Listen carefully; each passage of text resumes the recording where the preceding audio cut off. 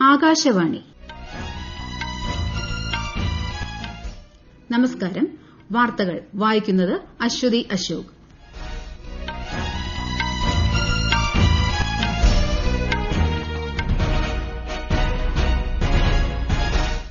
പ്രധാന വാർത്തകൾ. 15ാമത് G20 ഉച്ചകോടി ഇന്നും നാളെയും. പ്രധാനമന്ത്രി നരേന്ദ്രമോദി പങ്കെടുക്കും. രാജ്യത്ത് കോവിഡ് വാക്സിൻ വിതരണം സംബന്ധിച്ച മുന്നൊരുക്കങ്ങൾ വിലയിരുത്താൻ പ്രധാനമന്ത്രി യോഗം വിളിച്ചു ചേർത്തു. ചുരുങ്ങിയ ചെലവിൽ നൂതന ആരോഗ്യ പരിരക്ഷാ സംവിധാനങ്ങളൊരുക്കി ഈ മേഖലയിൽ ഇന്ത്യ നിർണായക സ്ഥാനത്തെത്തുമെന്ന് കേന്ദ്രമന്ത്രി പീയൂഷ് ഗോയൽ. രാജ്യത്ത് കോവിഡ് മുക്തി നിരക്ക് 93.67%. കേരളത്തിൽ ചികിത്സയിലുള്ളത് 67,831 പേർ. ISL ഫുട്ബോൾ ടൂർണമെന്റിൽ ഇന്ന് മുംബൈ സിറ്റിയും നോർത്ത് ഈസ്റ്റ് യുണൈറ്റഡും തമ്മിൽ ഏറ്റുമുട്ടും. വാർത്തകൾ വിശദമായി. ഇന്ന് ആരംഭിക്കുന്ന 15ാമത് G20 ഉച്ചകോടിയിൽ പ്രധാനമന്ത്രി നരേന്ദ്രമോദി പങ്കെടുക്കും. സൌദി അറേബ്യയുടെ അധ്യക്ഷതയിലാണ് 2 ദിവസത്തെ ഉച്ചകോടി ചേരുന്നത്. 21ാം നൂറ്റാണ്ടിൽ എല്ലാവരുടെയും അവസരങ്ങൾ തിരിച്ചറിയുക എന്നതാണ് വെർച്വലായി ചേരുന്ന ഉച്ചകോടിയുടെ പ്രമേയം. ഈ വർഷം 2ാം തവണയാണ് G20 നേതാക്കൾ യോഗം ചേരുന്നത്. കോവിഡ് മഹാമാരിയിൽ നിന്ന് സ്ഥായിയായ മോചനം എന്നതായിരിക്കും ഉച്ചകോടിയുടെ പ്രധാന ചർച്ചാ വിഷയം. മഹാമാരിക്കെതിരായ തയ്യാറെടുപ്പുകളും തൊഴിൽ പുനഃസ്ഥാപിക്കുന്നതിന് മാർഗ്ഗങ്ങളും ഉച്ചകോടിയിൽ നേതാക്കൾ ചർച്ച ചെയ്യും.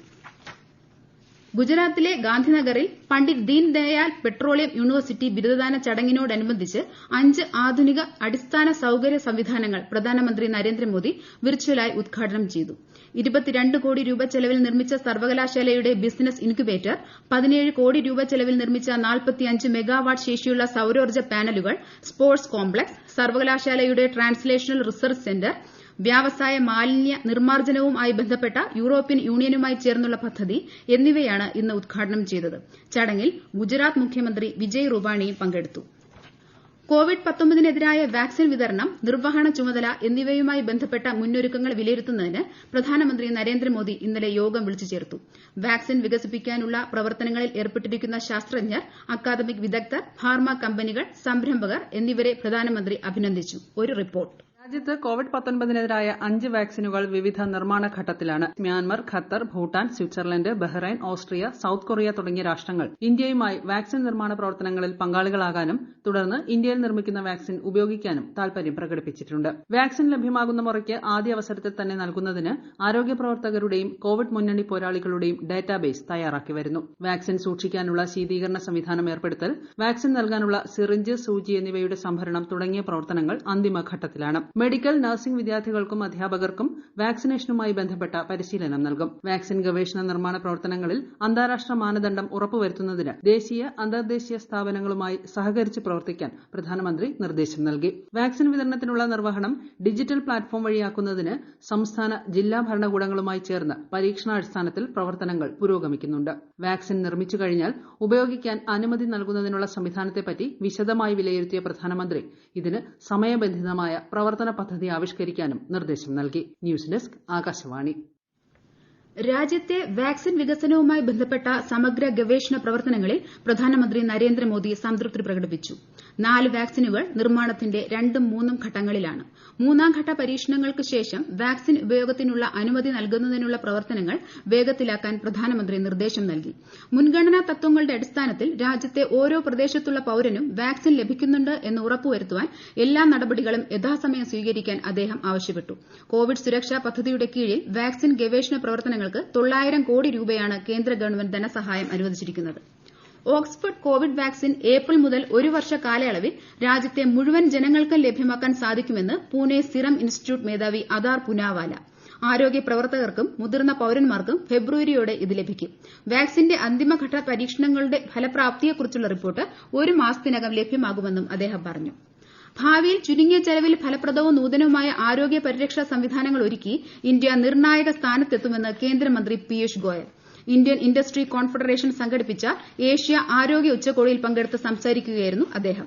എല്ലാവർക്കും കോവിഡ് വാക്സിൻ ലഭ്യമാക്കാനുള്ള ശ്രമമാണ് ഇന്ത്യയിൽ നടക്കുന്നത്.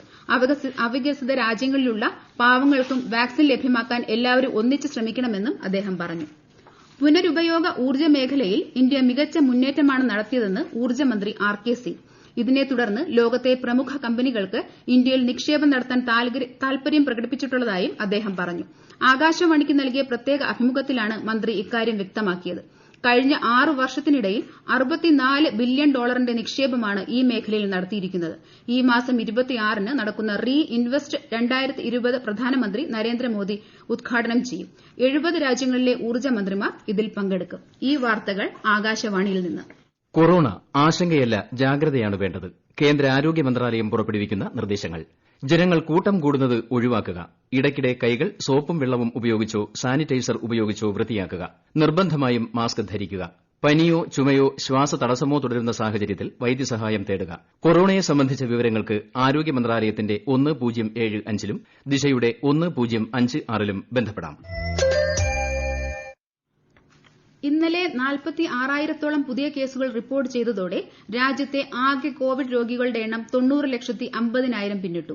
അതേസമയം നിലവിൽ 4,39,000-ത്തോളം പേരാണ് ചികിത്സയിലുള്ളത്. കഴിഞ്ഞ 24 മണിക്കൂറിൽ 49,715 പേർ രോഗമുക്തരായി. 93.67% രോഗമുക്തി നിരക്ക്. ഇന്നലെ 564 പേർ കൂടി മരിച്ചതോടെ ആകെ മരണസംഖ്യ 1,82,726 ഉയർന്നു.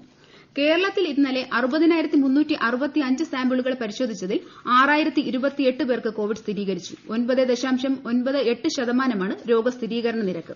ഇന്നലെ 6,398 പേർ രോഗമുക്തി നേടിയതോടെ നിലവിൽ സംസ്ഥാനത്ത് ചികിത്സയിലുള്ളവരുടെ എണ്ണം 67,831 ആയി.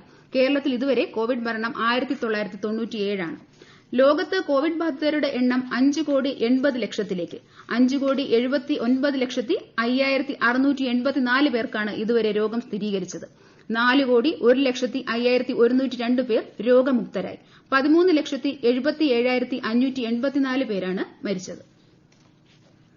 ISL ഫുട്ബോൾ ടൂർണമെന്റിൽ ഇന്ന് നടക്കുന്ന മത്സരത്തിൽ നോർത്ത് ഈസ്റ്റ് യുണൈറ്റഡും മുംബൈ സിറ്റി FCയും തമ്മിൽ ഏറ്റുമുട്ടും. രാത്രി 7:30 മുതൽ ഗോവയിലെ തിലക് മൈതാനിൽ മത്സരം ആരംഭിക്കും. ഇന്നലെ നടന്ന ഉദ്ഘാടന മത്സരത്തിൽ കേരള ബ്ലാസ്റ്റേഴ്സിനെതിരെ ഏകപക്ഷീയമായ 1 ഗോളിന് ATK ബഗാൻ വിജയിച്ചു. രാജ്യത്തെ എണ്ണ ഉൽപാദനവുമായി ബന്ധപ്പെട്ട ഭൂഗർഭാന്തര സർവേ പെട്രോളിയം പ്രകൃതിവാതക മന്ത്രി ധർമ്മേന്ദ്ര പ്രധാൻ ഉദ്ഘാടനം ചെയ്തു. ഒഡീഷയിലെ 5 ബ്ലോക്കുകളിലെയും 8 ജില്ലകളിലെയും ഭൂഗർഭ സർവേ നടത്തുന്ന ജോലികളും ഇതിന്റെ ഭാഗമായുണ്ട്. മഹാനദിയിലും സമീപ പ്രദേശങ്ങളിലുമാണ് പ്രധാനമായും പ്രവർത്തനങ്ങൾ നടക്കുക. ഈ മേഖലയിൽ നിന്ന് എണ്ണയും പ്രകൃതിവാതകവും ലഭിക്കുന്ന സ്ഥിതി സംജാതമാകുന്നതോടെ ഒഡീഷ വികസനത്തിന്റെ പാതയിലേക്ക് കുതിക്കുമെന്ന് ശ്രീ ധർമ്മേന്ദ്ര പ്രധാൻ വ്യക്തമാക്കി.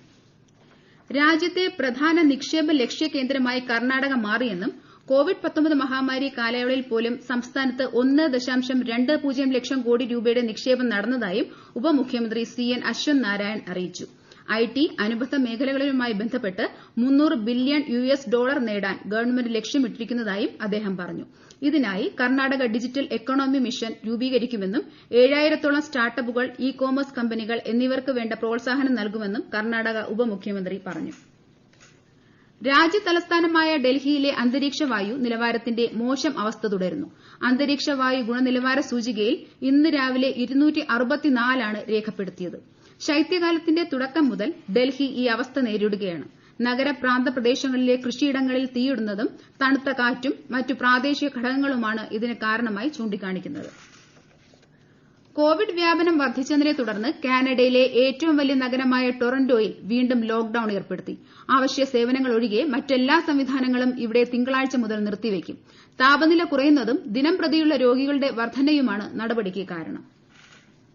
പ്രധാന വാർത്തകൾ വീണ്ടും. 15ാമത് G20 ഉച്ചകോടി ഇന്നും നാളെ. പ്രധാനമന്ത്രി നരേന്ദ്രമോദി പങ്കെടുക്കും. രാജ്യത്ത് കോവിഡ് വാക്സിൻ വിതരണം സംബന്ധിച്ച മുന്നൊരുക്കങ്ങൾ വിലയിരുത്താൻ പ്രധാനമന്ത്രി യോഗം വിളിച്ചു ചേർത്തു. ചുരുങ്ങിയ ചെലവിൽ നൂതന ആരോഗ്യ പരിരക്ഷാ സംവിധാനങ്ങൾ ഒരുക്കി ഈ മേഖലയിൽ ഇന്ത്യ നിർണായക സ്ഥാനത്തെത്തുമെന്ന് കേന്ദ്രമന്ത്രി പീയൂഷ് ഗോയൽ. രാജ്യത്ത് കോവിഡ് മുക്തി നിരക്ക് 93.67%. കേരളത്തിൽ ചികിത്സയിലുള്ളത് 67,831 പേർ. ISL ഫുട്ബോൾ ടൂർണമെന്റിൽ ഇന്ന് മുംബൈ സിറ്റിയും നോർത്ത് ഈസ്റ്റ് യുണൈറ്റഡും തമ്മിൽ ഏറ്റുമുട്ടും. വാർത്തകൾ കഴിഞ്ഞു. ഞങ്ങളുടെ വാർത്തകളും വാർത്താധിഷ്ഠിത പരിപാടികളും all India radio news Thiruvananthapuram എന്ന യൂട്യൂബ് ചാനലിൽ ലഭ്യമാണ്.